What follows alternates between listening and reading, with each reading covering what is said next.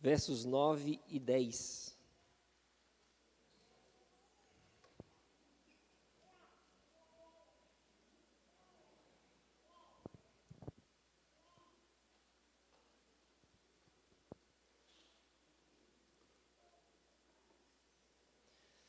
Provérbios capítulo 3, versos 9 e 10. Encontraram? E diz assim: adore a Deus, oferecendo-lhe o que a sua terra produz de melhor.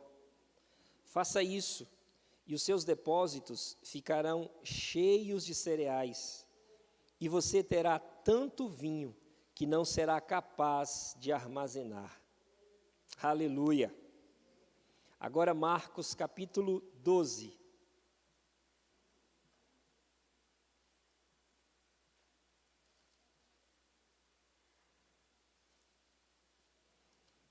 Se cumpre o primeiro texto, e o obedece, e se vive este segundo.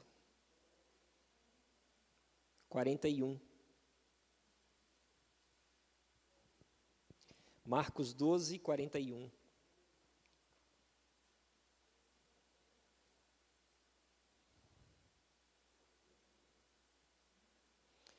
Jesus estava no pátio do templo, sentado perto da caixa das ofertas, olhando com atenção as pessoas que punham dinheiro ali. Muitos ricos davam muito dinheiro. E alguns historiadores dizem que tinham judeus que levavam seus servos com vasos cheios de moedas, prata e ouro, porque era muito difícil de carregar e não tinha Pix naquela época. E os seus servos, no momento do ofertório, levavam aquelas vasilhas com as moedas e despejavam nos gasofiláceos. 42. Então chegou uma viúva pobre e pôs na caixa 2 moedinhas de pouco valor. Aí Jesus chamou os seus discípulos e disse-lhes: eu afirmo a vocês que isto é verdade. Esta viúva pobre deu mais do que todos, porque os outros deram do que estava sobrando. Porém, ela, que é tão pobre, deu tudo o que tinha para viver. Senhor, mais uma vez, Deus, quero tocar com os meus irmãos em algo bem específico nesta manhã. Relembrá-los, Deus, e eu peço que o Senhor tenha misericórdia de todos nós aqui e que recaia, Senhor, a tua unção, Espírito Santo, sobre cada mente e cada coração, enquanto compartilho da tua palavra, a fim de compreendermos, experimentarmos, retermos e desfrutarmos, Senhor. É assim que oramos no nome de Jesus ao Senhor. Amém. Ontem foi dia de fazer a compra do meio do mês. Então eu saí com o Felipe e fui fazer a nossa compra. Em casa só ele que gosta de fazer compra comigo, eu gosto. E aí fizemos a nossa compra. E aí eu tenho a impressão que ele gosta porque ele pode pegar o que ele quer. Então ele faz que gosta e vai comigo, né? Então quando é no corredor das coisas que ele gosta, ele gasta um tempinho a mais lá. E aí a gente fez, e na saída, enquanto nós estávamos colocando as nossas compras nas sacolinhas, veio o primeiro senhor com uma criança no colo e falou assim: moço, me ajude aí a levar a comida para minha família. Eu trabalhar, tinha um sotaque meio mineiro, eu cheguei há pouco tempo aqui, estou tentando trabalhar e coisa e tal, e coisa e tal. Aí eu disse para ele assim: rapaz, hoje em dia a gente não tem dinheiro mais não. Quem é que anda com dinheiro? Só, né, os irmãos da geração uma atrás de mim, né, o irmão Naves, o Zô, que tem um pacotinho de dinheiro, o Carlos, né, irmão Luiz, né, Os meus tios na Bahia, meu avô tinha um pacotinho de dinheirinho dele, era no bolso, ele tinha assim, fazia, né? Contava. Aí eu disse para ele, a gente não anda mais com dinheiro, não. Aí ele falou assim, não, mas, claro que ele sabia que eu estava com a compra, não era dinheiro que ele queria, né? Mas pode ser algo para eu levar para casa. Aí ele olhou assim, pode ser um leite, né? 5,50, tá meio carinho, eu falei, tá bom. Tá o leite, ele foi. Aí estou eu e o Felipe arrumando o restante das compras. E aí, parece outro rapaz. Eu falei assim, bro, acabei de abençoar o rapaz ali, vai dar não. Né? Não vou falar o mercado, porque eu não vou fazer propaganda de graça para ninguém. Mas é o novo local onde a galera vai buscar um suprimento, né? E a gente não sabe se aquele que está pedindo necessita, se aquele que está necessitado, de fato, vem pedir. Então, o que eu quero compartilhar com você hoje não é sobre o ofertante, ou melhor, a oferta, mas é o ofertante.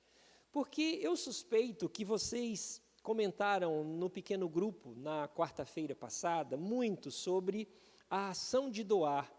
E eu suspeito ainda mais que deve ter tido falas daqueles que estão pedindo como negócio, suspeito, de que quando tem uma fala como esta, quando nós estamos compartilhando acerca da liberalidade, da bondade, entendendo que nós estamos inseridos em um reino que Deus preparou para a gente, e que neste reino, quando nós passamos a habitá-lo, fomos enxertados nele, tudo que existe é para nós administrarmos, não tem como patentear nada, tudo pertence a ele, bens, recursos, alimentos, intelectos, profissões, os saberes, tudo pertence a ele, nós apenas administramos.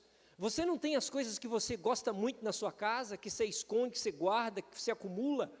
Não tem, irmã, lá a parte da casa que você nem gosta que ninguém vai lá, porque está lá guardado suas coisas? Não tem, meus irmãos, um quarto lá seu que você fica bravo quando alguém pega uma coisa e não põe no lugar?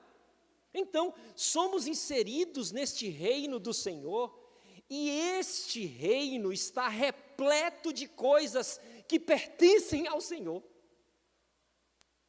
E se nós zelamos pelas nossas, supostamente nossas, cuidamos bem delas, ficamos meio que assim quando não as encontramos, imaginem Deus. Então somos estes mordomos. E quando nós começamos a contabilizar aqueles que nos faróis, as entidades que tentam ligando para nós, mandando mensagens, aquilo que é o outro pedindo, pode ser que a gente recaia em um precipício de compreensão. Qual? O outro não merece. O outro está usando mal o recurso que eu estou dando. Ah, mas olha, tem uma senhorinha que aparenta de 60, 70 anos, que já tem até casa. E tudo isso ela adquiriu porque ela vive mendigando. Essas histórias permeiam o nosso bate-papo. E eu não sei se elas são para fugirmos ou se de fato elas têm que acontecer. Então eu vou voltar para o coração do ofertante, o coração do administrador, não a oferta. A bondade que reside ou não, a liberalidade, a generosidade que está ou não naquele que administra. Então, cuidando dessas coisas do reino, zelando por estas coisas que não nos pertencem, entendemos que Deus, e não é muito e jamais será repetir isso, é dono de tudo. Dele, dizia minha avó, acho que a sua também, pertence o ouro e a prata. É dele, tudo isso é dele. E ao ordenar que o seu povo lhe entregasse os primeiros frutos, me reporto ao Provérbios capítulo 3, Deus queria distinguir o seu povo, Deus queria até testar o seu povo, porque Malaquias deixa claro isso. Deus queria ver o coração do seu povo. Deus não queria a oferta do seu povo para usufruir dela. Deus queria a oferta do povo para que a oferta dos que estavam administrando um pouco mais fosse para aqueles que têm um pouco menos. Se Deus é dono, para que Ele quer, senão para que seja distribuído? Se Deus é quem zela de todos, por que não Ele usar aqueles que estão administrando um pouco mais para cuidar daqueles que estão administrando um pouco menos? Ou até aqueles que têm para suprir a escassez do que não tem? Se Deus está olhando por cima, Ele não quer tomar o que a gente supostamente entende que é nosso, Ele quer distribuir. Ele quer cuidar. E hoje a gente não recebe manás dos céus. Sabe qual é o maná? É o meu e o seu recurso, que tem que ser todos os dias. Aquele rapaz, falando a verdade ou não, não importa. Tanto o que eu dei, quanto o que eu não dei. Importa o meu coração. Importa o meu entendimento naquela hora. Importa como eu compreendo. Por que eu digo isso? Porque tem muitos anos que nós separamos aquilo que é religião da nossa vida, comum, secular. Olha que palavra mais infernal, secular. Não existe mais secularização, porque eu não entro no reino e saio depois. Eu estou no reino. Então, quando eu estou no reino, eu sou um cidadão deste reino. E neste reino inserido ainda tem escassez por causa da maldade, por causa dos corruptos, por causa de tantas coisas que listando você deve se lembrar aí de várias. Mas tem membros deste reino que padecem. Então, quem é que vai auxiliar os do reino que padecem e os fora do reino que também padecem? Os do reino. Porque não pode vir daqueles que não são do reino. Às vezes vem, porque pedras clamam. E como clamam? Pedras clamam. Entendam que Deus, Ele é o que ama órfãos e viúvas. Se a igreja não cuida destes, Ele vai usar o PCC.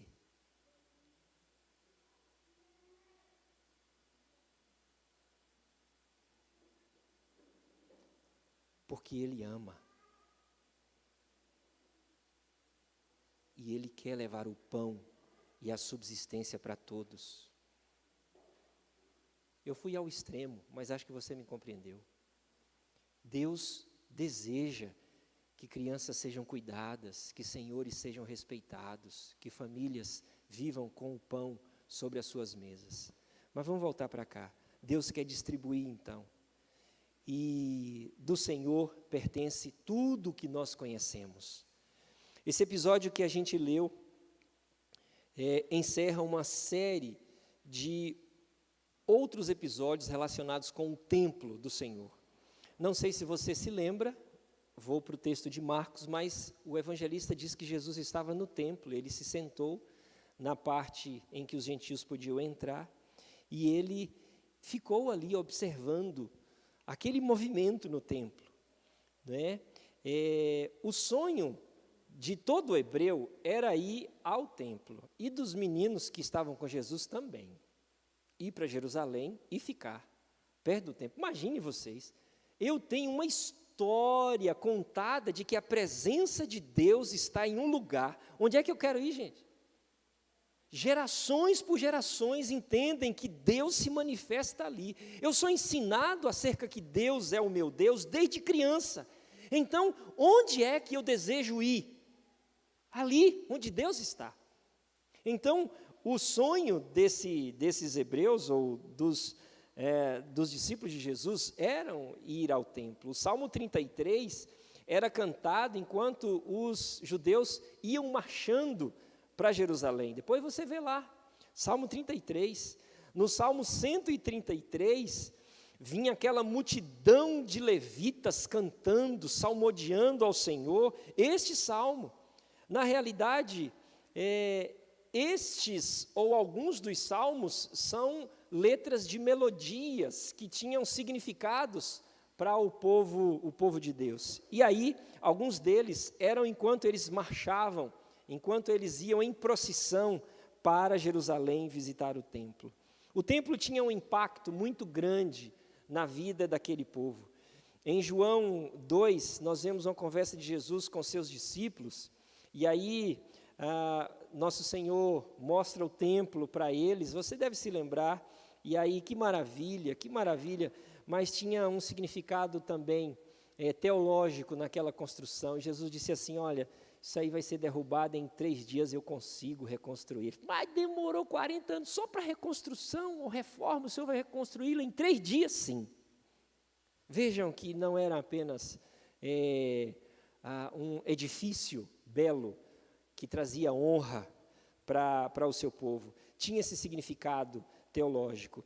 E lá também, voltando para Jesus, os discípulos e aquela mulher que ofertou, existia os sábios da sua época, os entendidos enquanto a Torá.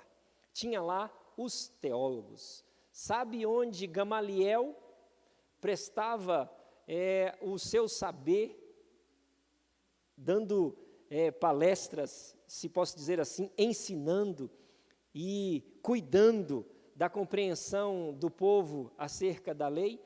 Em partes do templo.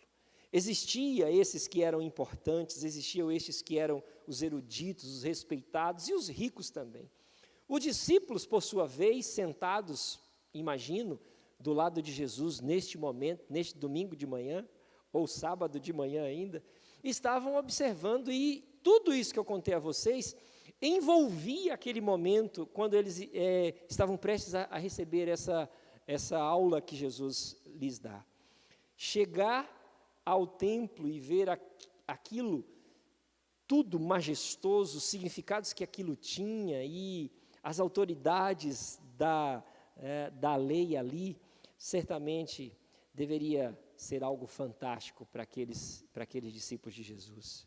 Parados, olhando prédio, coluna, pessoas, toda a movimentação, entra um, sai outro, sacrifícios ali, beleza, majestade, rabinos, doutores, vestes lindas, cheias de versículos bíblicos, as vestes dos rabinos, pequenininho, textos escritos em couro, guardados ali, mas Jesus olha para uma pessoa que não tinha a oportunidade de entrar no lugar onde deveria ser mais legal, na nave. Ela ficava no pátio, junto com os gentios, uma mulher. E ali o gasofilaço deveria ser pequenininho. E ao olhar para aquela mulher, no versículo 42 e 43, Jesus diz, olhe aquela mulher. Não é de nos admirar o nosso Senhor fazendo isso? Olhe para ela. E aí ela vai e entrega 2 moedinhas. Qual é a moeda que a gente hoje pega e nos chama a atenção? 10 centavos faz tempo que não é. 25 faz tempo que eu vi uma de 25. 50, vamos ficar nessa? Porque na nova tradução na linguagem de hoje diz que era moeda de menor valor. 50 centavos ainda você abaixa para pegar, né? Fala a verdade. Eu abaixo. 50 eu abaixo. Não, 10 centavos eu não pego, não. Não. Mas 50 centavos eu pego. 50 eu pego. Então imagine, o Marcos diz que ela colocou 2 moedas. Ela colocou então R$1. R$1. Ela dá 2 moedas que não tinha valor para a maioria das pessoas. Mas aí o nosso Senhor Jesus diz assim, ele não olha o valor. Imagine, olha a diferença do barulho, ó. Toim, toim. Se não tivesse a almofadinha lá, era este o barulho.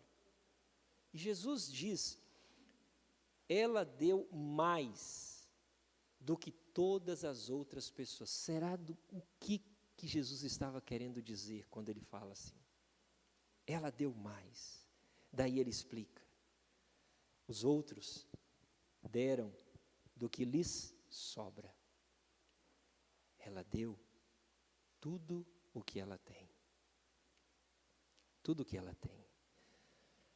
Imagine, até o dia 5, você não acertou ainda suas questões de responsabilidade financeira, com sua poupança, com os recursos que entraram até o dia 5. Aí você vai em um culto, você é tocado. Você pega o seu celular, faz o Pix e transfere tudo. É a mesma ação que essa mulher faz. A mesma. Porque ela volta para casa com quanto, gente? Com nada. Vocês acham? Ela era viúva, não tinha, pobre, não tinha fonte de renda para suprir ao voltar para casa, que ela esperava receber. Ela então volta para casa sem nada.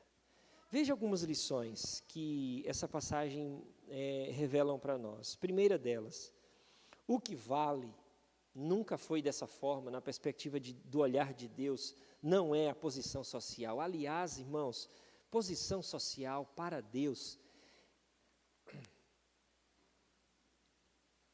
é isso aí que você pensou na sua cabeça que eu queria dizer.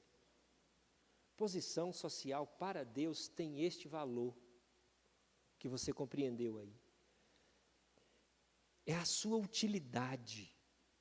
O que vale para Deus é essa demonstração do que eu dou de recurso, que demonstra que eu já pertenço. Daquilo que não me sobra, mas daquilo que me custa.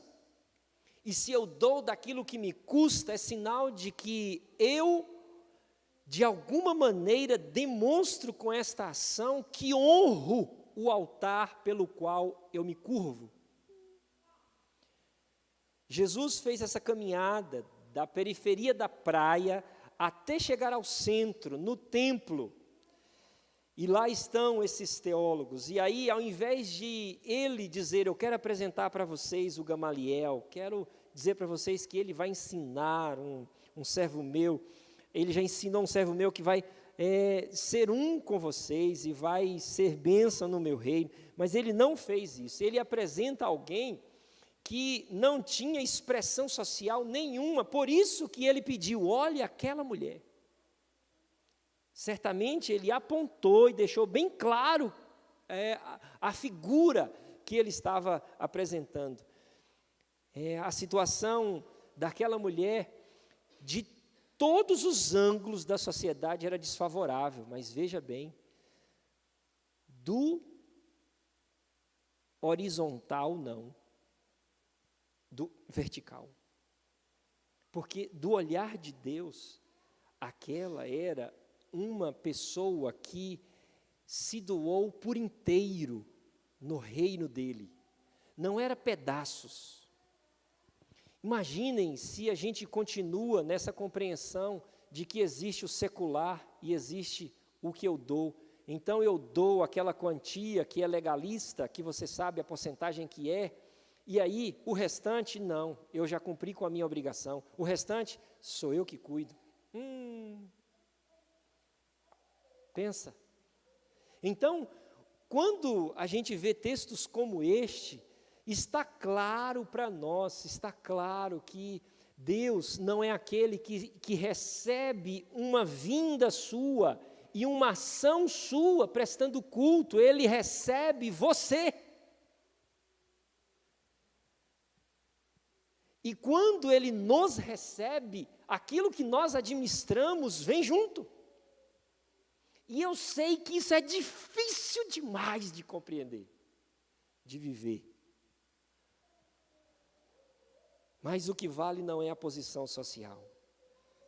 Na metodologia de Jesus, ele lá no lugar separado à parte, no pátio dos gentios, ele olha um modelo completamente desfavorável para apresentar aos seus discípulos. Aquela mulher Não sei se você já viu isso, experimentou, viveu. Ela queria participar. Participar. Ela queria um lugar para ela, enquanto ela estava ofertando. Ela queria que fosse significativo a vinda dela ali, a ida até o gasofilácio e a doação daquele recurso que ela tinha. Era um desejo completamente diferente, não um sentimento de perda, não um sentimento de barganha, de troca, mas um sentimento, está claro, de doação e demonstrando participação.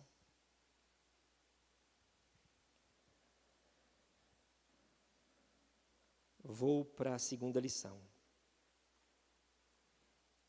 O que vale não é o volume, não é a quantidade. Nunca foi assim.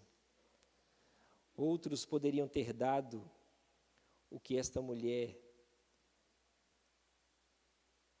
deu naquele dia. Ela poderia ter demorado uma vida de trabalho para doar o que um dos ricos doou em uma manhã de culto. O que ela deu não fazia diferença na hora de contabilizar quantas entradas foi naquele dia. Quem é que vai dar conta de R$1, irmãos? Quem? Na hora que está contando. Quem dá conta? Que vai ter um valor, que vai ser, nossa, que bênção. Não. Então, o valor não é importante para Deus. A quantidade também não. Porque, na maioria das vezes, agora vem uma compreensão interessante. Na maioria das vezes, nós doamos, ofertamos, damos primícias, abençoamos as pessoas, ajudamos aqui e acolá. E aí tem um senso de alegria, de satisfação, porque isso faz bem para nós. Se você está cabronho, faz uma boa ação para você ver se não melhora. Melhora. Fazer boas ações é uma dádiva no movimento químico do nosso cérebro impressionante. Ajudar, estar do lado, ceder, tem recompensas enormes. Mas o senso de participação dá um lugar como membro na comunidade. De eu posso fazer, o que você tem para dar, isso, aquilo. Então, quando nós temos uma ação de tirar um recurso e entregar, e aí eu volto para a minha vida, administrar aquilo que pertence a mim, pode ser que foi uma ação, e aí o entendimento ainda continua muito infantil, de pediram eu dou, então tá, porque precisaram eu supro, ainda não é de reino, de fazer parte, de administrador, de estar inserido. A quantidade não é importante, porque senão Deus seria injusto no momento em que as pessoas doam. Aqui fica uma questão muito interessante, na minha opinião, com relação ao volume. Imagine você entrar em um lugar de honra e ver pessoas honradas, com muito recurso, fazendo as suas doações, e você se levanta do seu lugar e vem a ter o lugar sagrado e entrega o que você tem, e se sente um com os honrados, se sente um com os grandões, se sente um com os bonitões, se sente um com os santões, se sente um com os outros, de ter participado, de ter contribuído. Na ótica de Jesus, não importa o quanto, mas importa o coração quando vai fazer isso, quando está fazendo isso. Mas também, na ótica de Jesus, não importa o quanto se doa, mas o tudo que Ele nos concede para nós administrarmos. Porque Jesus não quer picados da nossa vida. Jesus quer a gente por inteiro. Se não for assim, não é. Não é. Aqui, então, fica essa dica para a gente. Eu queria, para reforçar a questão dos valores, ver um texto lindo com vocês, que está em 1 Coríntios 8, que cabe uma meditação só nessa passagem. Rapidinho, vá lá. 1 Coríntios capítulo 8. E a Jéssica já pode vir aqui me ajudar. Encontre aí. 1 Coríntios 8, versículo 1.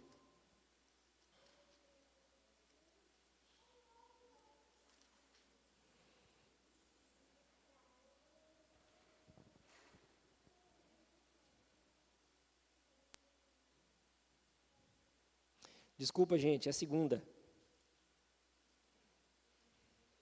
Só para dar o tempo da Jéssica chegar.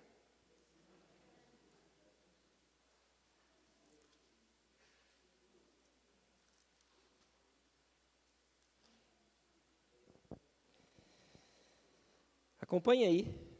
2 Coríntios 8, versículos de 1 a 5. Irmãos, queremos que vocês saibam o que a graça de Deus tem feito nas igrejas da província da Macedônia.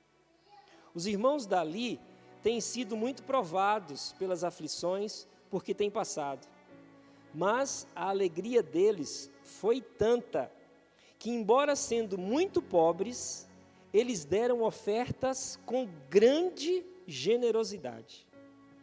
Afirmo a vocês que eles fizeram tudo o que podiam, e o quê? Na minha versão diz, e mais ainda. Ou seja, eles deram as moedinhas, e se fizeram mais ainda, foram trabalhar mais um pouco, para ganhar um pouco mais, ou passaram no cartão de crédito e doaram mais. Fizeram mais ainda. E com toda a boa vontade. Agora veja o 4, gente.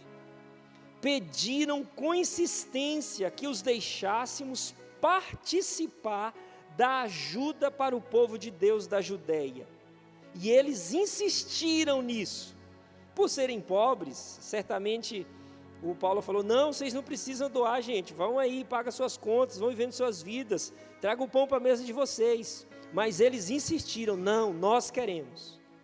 E o 5, e fizeram muito mais do que esperávamos. Ou seja, Paulo está falando aqui é de quantia agora, tá? Desculpa aí. Deram bastante. Quando ele foi somar, foi um valor que ele não esperava. Primeiro, aqui está o ponto, eles deram a si mesmos ao Senhor. Estão vendo aí, gente? Eles deram a si mesmos ao Senhor. E depois, pela vontade de Deus, eles se deram a nós também. Dar-se ao Senhor, depois a causa. Entrega-se inteiro a Deus, depois a causa. O coração pertence a Deus, depois o coração é do outro, é do reino. A vida é controlada, dominada, é abençoada, é iluminada, é orientada pelo Senhor. E aí depois a gente abençoa, a gente cuida. Paulo diz aqui de uma igreja de irmãos simples, pobres, e eles que deram acima das suas posses. Aqui está o fundamento da liberalidade no Novo Testamento. Aqui está. Quem deu o maior, que é a vida, vai dar um menor, que é o dinheiro, com certeza. Com certeza. Vai dar um menor, que é o tempo, a dedicação, o empenho em si mesmo. Não vai reclamar de ser desafiado em dedicar-se aos cultos, ao domingo, e que o culto demora um pouquinho para acabar quando tem batismo, porque já deu de segunda a sábado a Deus. Não vai reclamar, porque já se doou ao Senhor, já se entregou. E a última lição, a 3, sobre o texto de Marcos da mulher pobre. é que o que vale também para ser justificado por Jesus como ter dado uma quantia de valor que o nosso Senhor diz maior do que a dos ricos, não é porque ela era pobre, na descrição do texto sagrado. Jesus não está elogiando a pobreza e dizendo, nossa, olha só que coisa bonitinha, ela não tendo ainda assim deu, não. Jesus está afitando o coração dela, a ação que demonstra que ela pertence ao Senhor, que ela é do Senhor. Jesus está dizendo que existem pobres mais ricos do que os muito ricos. Muito ricos. Essa passagem mostra claramente a relação dos discípulos de Jesus com os bens e a relação do cristão com Deus. A preocupação que a gente está nessa série, meus irmãos, não é porque as finanças da igreja estão ruins, não. Graças ao nosso Senhor Jesus. Há 17, 18 anos atrás, nós tínhamos 10% do que a gente tem hoje de entradas. E hoje Deus está nos abençoando assim. Mas o suprimento, na minha visão, como pastor, olhando no geral, é igualzinho quando era 10% do que agora. Consegue me entender? Que não é valor, não é quantia. Você já viu alguma igreja séria de Jesus, passar pendengas financeiras?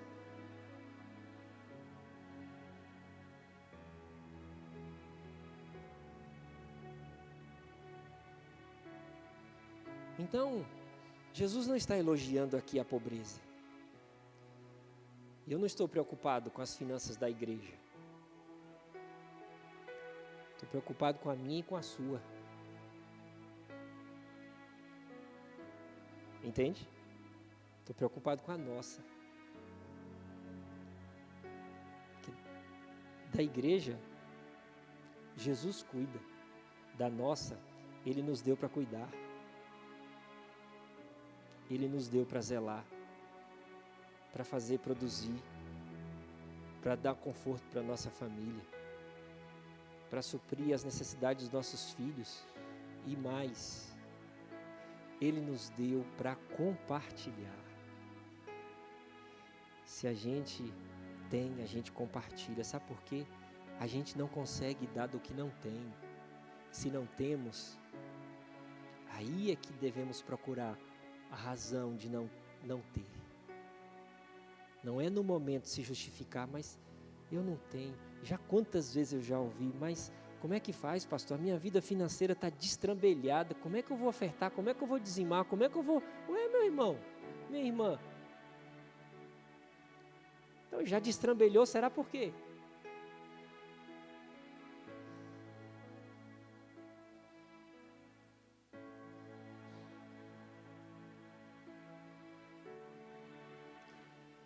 Veja que história legal, que eu relembrei.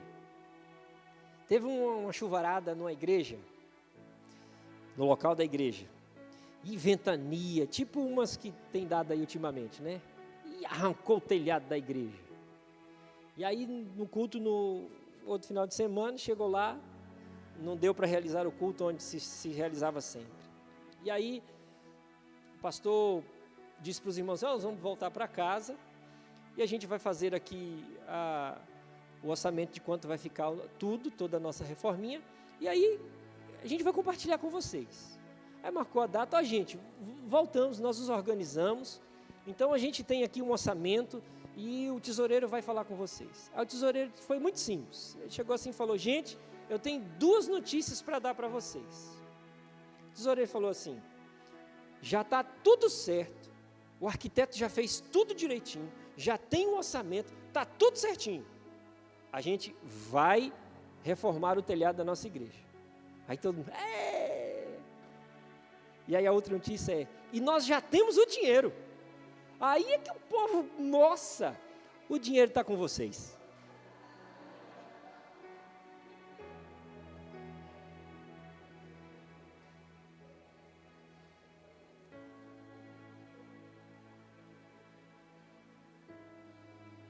Voltemos a Provérbios. Assim eu concluo.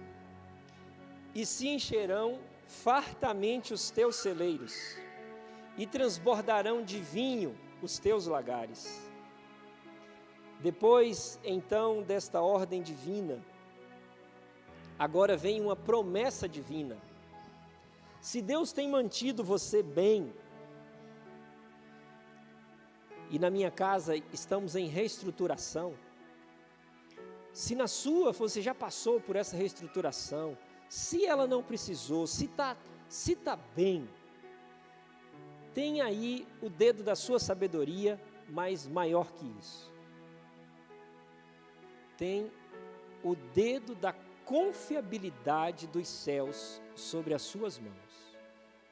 Porque Deus não é como a gente, Ele nunca foi como nós, nunca será, jamais, o mínimo do mínimo, Deus não é como nós. Ele dá para quem doa. Ele é um administrador mó top.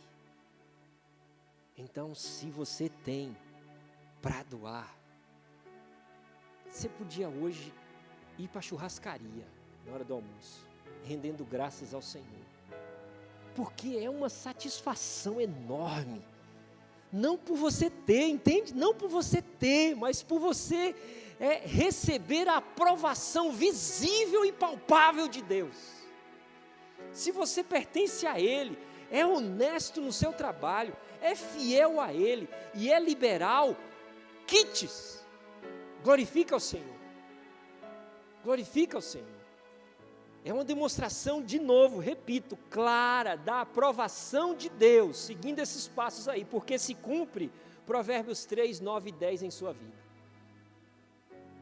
Ordem divina, promessa divina.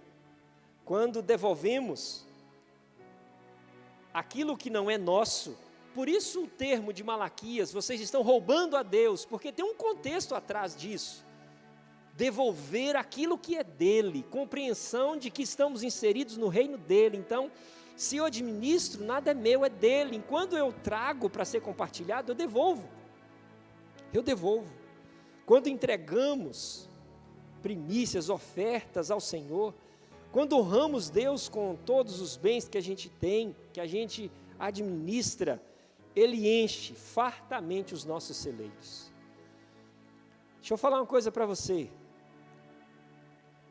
Deus não deve nada para ninguém.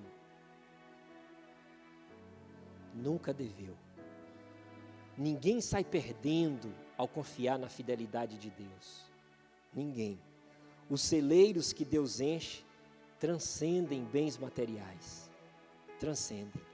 O vinho de Deus é mais do que o fruto da vide. E as bênçãos do Senhor não se limitam à prosperidade financeira.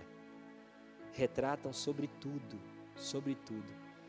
as bênçãos da relação de um humano débil, frágil com Ele, por meio do seu Filho Jesus Cristo. Retrata a relação de um que tem uma inclinação para o erro, para a usura, para o egoísmo. Retrata a relação dele, desse humano, mediada por Jesus com o Deus Santo.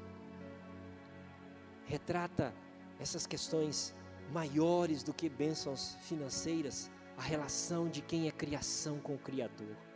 Retrata a nossa relação com o Senhor. Em Deus, concluo dizendo isso a vocês, somos ricos, porque em Deus nós temos a certeza de que amanhã, segunda, final de fevereiro, nós já temos a provisão para o que precisamos. Em Deus, inseridos no seu reino, eu não apenas administro bem aquilo que pertence a Ele. Em Deus, inseridos em seu reino, eu recebo da administração. Então, em Deus e no seu reino, eu abençoo hoje, mas amanhã eu sou o alvo da bênção de alguém. Eu cuido hoje, amanhã eu sou alvo do cuidado. Eu entrego hoje, amanhã eu recebo. em Deus, diz respeito tudo a Ele e não a mim. E Ele, não sei se eu vou errar agora, tá? Mas tem misericórdia aí, Senhor. Em Deus, o desejo que Ele quer, na perspectiva dEle, é que você seja rico. Amém. Senhor, grandioso Deus, eterno, fiel, te rendemos graças porque o Senhor não isentou de falar de todos os assuntos em Tua palavra, para nós e a nós. Então, muito obrigado, muito obrigado. Aplique, Deus, em especial, esses 3 textos sagrados no coração, na mente, no dia a dia dos meus irmãos. Espírito Santo de Deus, Provérbios, Marcos e 2 de Coríntios. Espírito Santo de Deus, como espada, Senhor, cortante, Pai, na vida, na mente e no coração do Teu povo, Pai.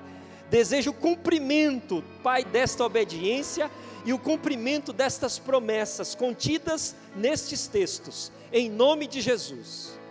Em nome de Jesus, para a honra e glória do nome do Senhor na nossa vida, Pai, na nossa vida, na administração, Deus, daquilo que o Senhor nos concedeu em Teu reino. É assim que eu oro, desejando, Pai, esta bênção aos meus irmãos, Pai, Deus, e não apenas para uma semana, para que a gente volte e seja repetida a nós, Pai, bênção de entendimento da Tua palavra em um solo fértil, Pai, em um solo fértil, Deus, sementes do Senhor plantadas em um solo fértil, em nome de Jesus. Deus, em nome de Jesus, para que a gente possa abençoar mais, cuidar mais, zelar mais, em nome de Jesus. Deus de poder, é assim que a gente descansa na Tua palavra nesta manhã. Amém? Amém, amém. Vamos então estudar a palavra do Senhor, gente? Deus abençoe.